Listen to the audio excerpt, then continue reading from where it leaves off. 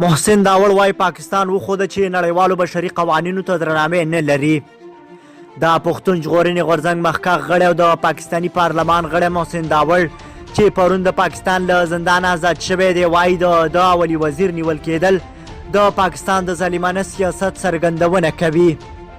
هغه زیاته کړې د پاکستان د دوی په نیولو سره وښوده چې نړیوالو بشري قوانینو ته هیڅ ډول درناوی نه لري او د هغو کسانو پر نیول کېدو او ربړونې لاس پورې کوي چې سوله ییز فعالیتونه کوي.